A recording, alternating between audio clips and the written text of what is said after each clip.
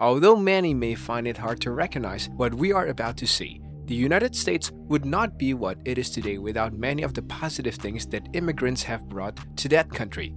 Some of them have been truly successful, precisely like the billionaire we are about to introduce to you, the popular Kevin O'Leary. The rise and fall of Kevin O'Leary, aka Mr. Wonderful. What do we know about this? Hello everyone, welcome to Money Mindfuck. Although before we start, if you appreciate the content and all the research that went into this video, it would help out this channel a lot if you hit the like button. If you are new to this channel, kindly hit the subscribe button and turn on the notification bell to get more videos like this. Let's get started without further ado. Surely you have seen him on shows based on the Japanese Dragon's Den franchise, like the popular Shark Tank on ABC.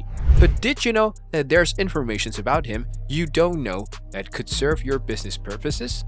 Learn a little more about Kevin O'Leary. Terrence Thomas Kevin O'Leary is a businessman, investor, writer, and television and radio celebrity. Born on July 9, 1954 in Montreal, Canada, he is co-founder and chairman of O'Leary Funds, a major internationally operating financial firm. Kevin O'Leary married his wife Linda in 1990 and they separated in 2011, but they resumed their marriage 2 years later. His beautiful wife is his right-hand man and works as vice president of marketing for O'Leary Wines, another Kevin's companies.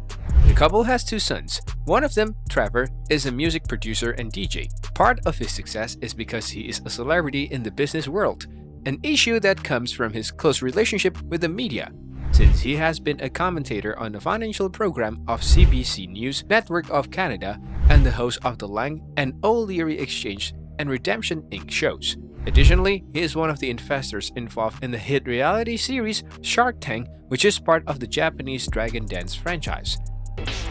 Kevin O'Leary is a venture capitalist who turned a $10,000 loan into a software business. Kevin O'Leary is a man with a nose for good business.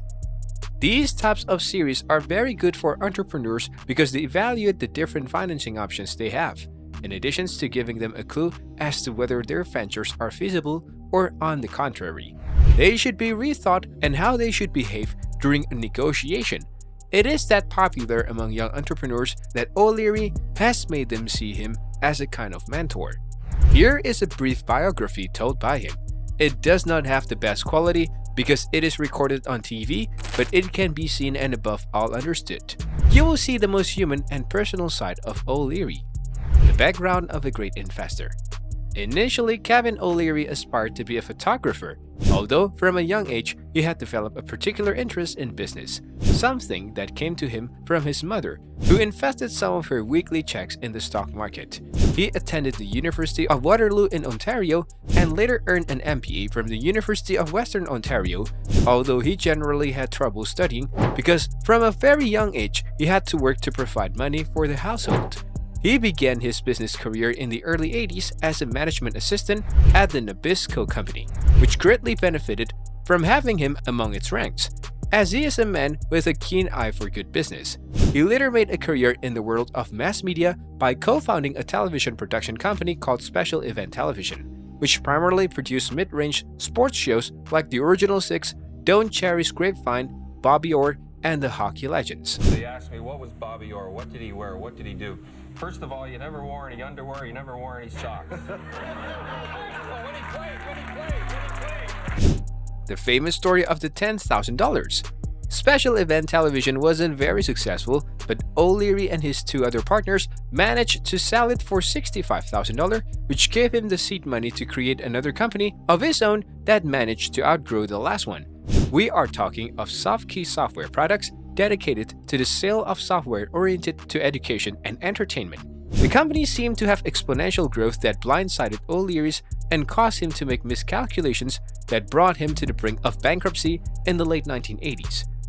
He just needed a little money to buy time while he corrected his mistake, and his mother lent him $10,000, not a very large amount, but at least it allowed him to pay his salary for 6 months. That period helped him to refloat the company and turn it, by the mid-90s, into one of the most important consortiums in the development and distributions of educational software in the United States. SoftKey Software Products changed its name to the learning company and was sold to the multinational toy manufacturer Mattel Inc. in 1999. This transaction is known as one of the most disastrous in history because O'Leary managed to make his company seem much more important than it was and managed to sell it for a staggering $4.2 billion when it was valued at $1 billion. Mattel had to resell the learning company, and it was at that point that its executives discovered that it was worth nothing for what they had originally paid for it. The transactions produced an estimated loss, adding operational expenses, of $3.6 billion. While this can be considered a fiasco created by Kevin O'Leary, it is thought to be as seen as an example of his extraordinary negotiating skills, and without a doubt, when we see him speak with that confidence planted in his voice in all the television programs in which he participates, we can demonstrate it. Building an online payment system is not an easy proposition. Nor a good idea. Okay, well... Yeah, I'm very worried a big foot's going to come down and squash you soon. Kevin O'Leary's downfall due to his involvement with FTX. Like we previously mentioned, Kevin O'Leary has been a fantastic and prosperous investor, and as a result, he invested in FTX and took on the role of spokespersons for the business. But lately, Kevin O'Leary has become rather divisive because of the demise of FTX and his role as a spokesperson. As a result, he has suffered significant losses to his investments and ranking as one of the richest men in the modern corporate world. After the FTX crash, Kevin O'Leary claims to have lost millions of dollars. How did this happen? Kevin O'Leary lost everything due to the FTX crash. This is a simple case in my mind of where did the money go? And I said, Sam, walk me back 24 months. Tell me the use of proceeds of the assets of your company. Where did you spend it? Investors and Shark Tank star Kevin O'Leary, popularly known as Mr. Wonderful, claimed he had nearly lost the $15 million FTX paid him to be their official spokesman. O'Leary explained that after taxes, brokerage fees, a $1 million stock investment in FTX, and buying a bunch of cryptocurrencies that are now stuck on the FTX exchange, he won't let you have nothing left to work with FTX. Kevin's total deal with FTX was just around $15 million, which he invested about $9.7 million in crypto. With the FTX crash, Kevin thinks that only what he lost, but not. Because all was lost, and right now he claimed not sure, because his account was deleted a few weeks ago. All data, all parts, everything was lost. Kevin said regretfully that FTX was not a good investment. He also said that he doesn't always make good investments.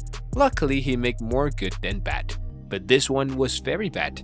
Yet, the 68-year-old has a net worth of around $400 million, if estimates are true. The Shark Tank revealed that although he lost millions after FTX crashed, he would again back disgraced FTX founder Sam Bankman-Fried if given the opportunity. And Kevin O'Leary says, I would still invest in Sam Bankman-Fried as he was one of the most brilliant traders in the crypto universe.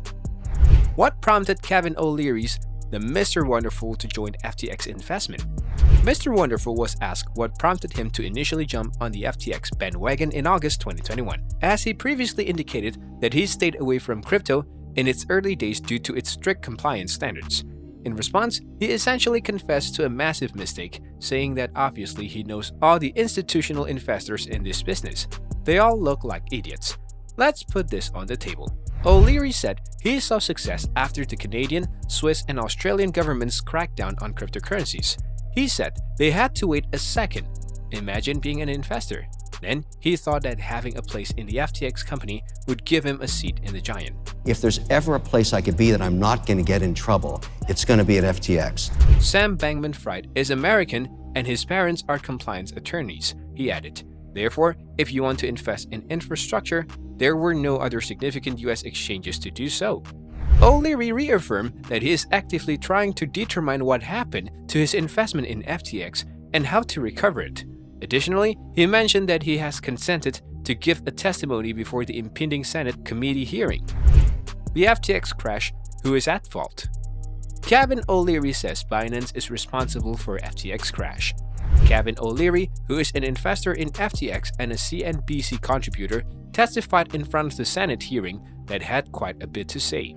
The American investor states unequivocally that Binance and FTX were at war with each other and that Binance deliberately pushed FTX into bankruptcy.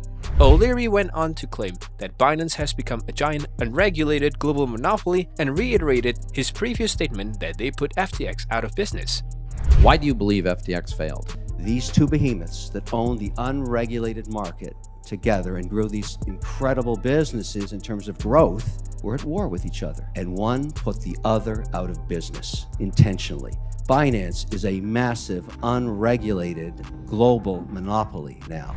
CZ publicly called out Kevin O'Leary. Just a few days ago, Binance CEO and founder Changpeng Zhao, CZ, called out the investor O'Leary for continuing to defend Sam Bankman-Fried despite everything that happened. He says he didn't know that Binance was a shareholder of FTX, so he invested in FTX without looking at the cap table. But he was very specific in the way he counts for a transaction 2 years ago. So that's kind of contradictory. So I think Calvin's a liar. CZ berated him in public and told him that the only people he could blame for what happened to FTX were himself and his friend Sam. According to O'Leary, he had a conversations with Sam Bankman-Fried after the company filed for bankruptcy, and Bankman-Fried told him that a significant portion of the missing money was used to buy back FTX shares from CZ. It is interesting to note that O'Leary's testimony sounded strikingly similar to SBF's, and it is not appropriate for O'Leary to exclude any reference to alleged fraudulent business practices and misappropriations of billions of dollars in cash from clients, which resulted in 8 federal criminal charges filed against his friend recently. The current scandal with FTX is quite damaging to reputations and credibility of Mr. Wonderful. Time will tell if he is able to bounce back from the FTX scandal. What do you think of Kevin O'Leary? Will he rise up again and reclaim his spot at the top as well-respected investor? And do you still consider him an example, or the opposite? Please share your thoughts in the comments. That's all for today, folks. Thank you for spending some time with us. If you found this video interesting, let us know what you guys think in the comment box. Make sure to hit the like button and notification bell and subscribe to our channel to get access to more interesting videos from us. While you are here, kindly click on one of the 2 other videos you see on your screen. See you there.